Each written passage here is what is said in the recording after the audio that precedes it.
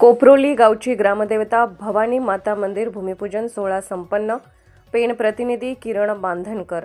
पेण तालुक्यातील मौजे कोपरोली गावातील प्राचीन काळातील भवानी मातेच्या मंदिराचे जीर्णोद्धार करण्याचे काम ग्रामस्थांनी एकमताने योजले असून त्याचा भूमिपूजन सोहळा युवा नेते वैकुंठ पाटील यांच्या हस्ते व ॲडव्होकेट विकास म्हात्रे, नरेंद्र ठाकूर, दयानंद भगत, जितेंद्र ठाकूर यांच्या उपस्थितीत संपन्न झाला। यावेळी जीर्णोद्धार कमिटीचे सदस्य, सरपंच, उपसरपंच सदस्य व ग्रामस्थ मोठ्या संख्येने उपस्थित होते। आई भवानी माता ही कोपरोली गावची ग्रामदेवता असून तिचा इतिहास पाहता देवीची स्थापना ही 14व्या शतकातील बहमनीर साम्राज्यातील आहे। त्याबाबतचे दस्तऐवज गावातील गुरव भोपी यांच्याकडे आजही उपलब्ध आहे। 20 सप्टेंबर 1807 साली मुंबई इलाख्याचे राज्याचे governor right honourable William Robert Seymour Vesey FitzGerald साहेब बहादूर यांची सहीनिशी सनद देण्यात आली आहे। श्री सिद्धेश्वर व भवानी माता मंदिराचे वहिवाटदार जोपर्यंत इंग्रजी सरकारशी इमाने इतबारे वागतील तोपर्यंत सदरहू संस्थानास दाखल ₹3 इतकी रक्कम निरंतर देण्यात येईल असे त्यावेळी देण्यात आलेल्या पत्रात नमूद करण्यात आले आहे। या ऐतिहासिक प्राचीन मंदिराचा 14व्या शतकापासून आजपर्यंत 700 वर्षे जुना इतिहास असून आई भवानी माता ही कोपरोली पंचक्रोशीतील नवसाला पावणारी व तमाम जनतेच्या श्रद्धेचे स्थान आहे। सदर मंदिराच्या जीर्णोद्धारासाठी अंदाजे 50 ते 55 लाख रुपये खर्च अपेक्षित आहे। तरी मंदिराच्या जीर्णोद्धारास सर्व स्तरातील दानशूर व्यक्तींनी सढळ हस्ते आर्थिक व वस्तू रूपाने सहकार्य करावे असे आवाहन जीर्णोद्धार कमिटीने केले आहे। कोपरोली गाव हे माझं गाव आहे, या भावनेतच मी नेहमी पाहतो आणि कोपरोली गावावर माझं नितांत असं प्रेम आहे। मला या ठिकाणी सांगायचं वाटतं की मंदिराचंच काम नाही, परंतु कोपरोली गावाच्या तळागाळातल्या माणसाशी मी जोडला गेलो आहे। या जिल्हा परिषदेमध्ये कोपरोली गावाने 181 मतांची एक निर्णायक आघाडी दिल्यामुळे मी त्या ठिकाणी जिल्हा परिषदेत पोहोचलो होतो। याचा भार मला पूर्णपणे आणि मला माहिती आहे की गावातील प्रत्येक माणूस माझा आहे, मी या गावाचा आहे, या भावनेतनं या ठिकाणी काम करत आहे। मला माहित आहे की या गावामध्ये व नावाच्या शक्ती आहे। सन्माननीय वसंतजी म्हात्रे ज्यांच्या नेतृत्वाखाली हे गाव गेले अनेक वर्ष, कैलासवासी वसंतजी म्हात्रे यांच्या नेतृत्वात अनेक वर्ष सन्माननीय जगनशेठ, कैलासवासी जगनशेठ आणि व नावाचं माध्यम आहे की व म्हणजे वसंत शेठ, व म्हणजे विकास शेठ आणि व म्हणजे वैकुंठ पाटील, व म्हणजे विक्ट्री। आणि ज्या वेळेला विक्ट्री समोर येते त्यावेळेला ते काम निश्चितपणे पूर्तता होते असा माझा ठाम विश्वास आहे।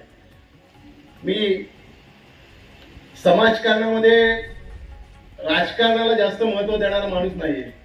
राजकारणामध्ये मला काय मिळेल या हेतूने काम करणारा मी नाहीये। राजकारणात मला पद मिळेल म्हणून मी हे काम करत नाहीये। तर समाजासाठी आपलं देणं आणि समाजासाठी आपण काम करायला पाहिजे हेतून या ठिकाणी काम करत आहे। समाजामध्ये काम करताना समाजातील प्रत्येक माणसाला न्याय मिळाला पाहिजे। समाजामध्ये जिथे जे अडचणी असतील त्या ठिकाणी आपण सामोरे जाऊन समाजाच्या बरोबर जायला पाहिजे आणि मी समाज माझा ह्या हेतूने मी या ठिकाणी काम करतोय। मला निश्चितपणे सांगतोय की विकासजी आपल्याला सांगतोय की आज नारळ फोडल्यानंतर मला निश्चितपणे खात्री पटली की हे मंदिर 100% होणार आणि तुमची आणि माझी जबाबदारी आहे। मला माहित नाही की निधी कुठून आणायचा, काय आणायचा, हा निधी कुठूनही उपलब्ध होणार भवानी मातेच्या आशीर्वादाने आणि त्या देवीच्या आशीर्वादाने निधी एवढा मिळेल आपल्याला की हे मंदिराचं काम लवकरात पूर्ण होईल। मला या ठिकाणी सांगितलं गेलं, आपण बोलवलं आणि एका पवित्र ठिकाणी म्हणजे कोपरोली गाव हे इतिहासकालीन गाव आहे आणि या गावाची परंपरा मोठी आहे। मला थोडं पूर्वीच्या गावामध्ये जायचं बोललं तर पेणपेक्षा कोपरोली हेच मोठं केंद्र या ठिकाणी होतं। पेणच्या पेक्षा जास्त महत्व हे कोपरोली गावाचं होतं आणि या कोपरोली गावामध्ये इतिहास पूर्वीचं हे दाखले अजूनपर्यंत शिल्लक आहेत आणि त्या पद्धतीने या ठिकाणी काम होतंय आणि भवानी मातेचं आज मी सगळं आपण सांगितलं बघितलं, साक्षात भवानी मातेचं आपल्याला आशीर्वाद आहे म्हणून विकासजी वेळोवेळी आपण ज्या ज्या वेळी अडीअडचणी असतात त्या त्या वेळेला आपल्या पाठीशी उभे असते असा माझा ठाम विश्वास आहे। आपण या ठिकाणी कार्यक्रम ठेवलात, कार्यक्रमाला मोठ्या प्रमाणात आलात, परंतु मंदिराच्या बांधकामाची जबाबदारी सुद्धा मी विकासजी आणि आपण सगळी मंडळी निश्चितपणे घेतलेली आहेतच, परंतु दयानंदजी आपण जेव्हा सांगतो की एक माणूस म्हणून या मंदिरासाठी आपण सर्वस्वी अर्पण करण्याची सगळ्यांची क्षमता असली पाहिजे. त्याचं कारण असं आहे की थेंबे थेंबे तळे साची. त्याच्यामुळे मंदिराचं काम कसं लवकर होईल, निधी कसा आणायचा आहे आणि या ठिकाणी भव्य दिव्य भवानी मातेचं मंदिर साकार करायचं आहे, एवढं स्वप्न येत्या काळामध्ये निश्चित आपलं साजरं होईलच. आणि भवानी मातेचा आशीर्वाद आहे. आपण सर्व मंडळी एवढ्या वेळ आम्हाला सहन केल्याबद्दल आपल्या सगळ्यांचा या ठिकाणी आभार व्यक्त करतो आणि थांबतो. जय जय महाराष्ट्र. जितू ठाकूर आलेले आहेत. आम्हाला 15 लाखात आमचं काम होणार नाहीये.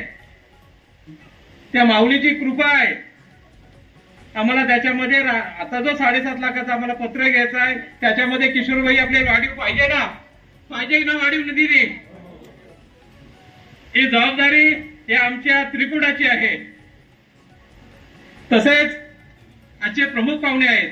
प्रमुख पाहुणे म्हणजे माझे अतिशय जवळचे स्नेही. राजकारण किशोरबाई काही असो, नरेंद्रबाईला माहिती आहे, दयानंद भाऊला माहिती आहे, जितूबाईंना राजकारण काही असो, पण वैकुंठ शेठ आमच्या विकास पाटील आणि दिगंबर भाऊंनी मला सांगितलं की आमच्या शिवजयंती उत्सवाला आम्हाला पाहुणा पाहिजे. हाकेला धावणारा पाहुणा कोण आहे? सुराजबाई, हाकेला धावणारा पाहुणा कोण आहे? एक फोन केला मी आणि विजय भाऊ रात्रीचा मला सांगितला, शेठ मी येतो. वैकुंठ शेठ शिवजयंतीला आले. त्यांच्या भाषणामध्ये त्यांनी डिक्लेअर केलं, मी फक्त प्रास्ताविक मध्ये सांगितलं की शेठ आमच्या मातेचं माऊलीचं मंदिर होतोय, काही दिवसामध्ये त्याचं भूमिपूजन होणार आहे.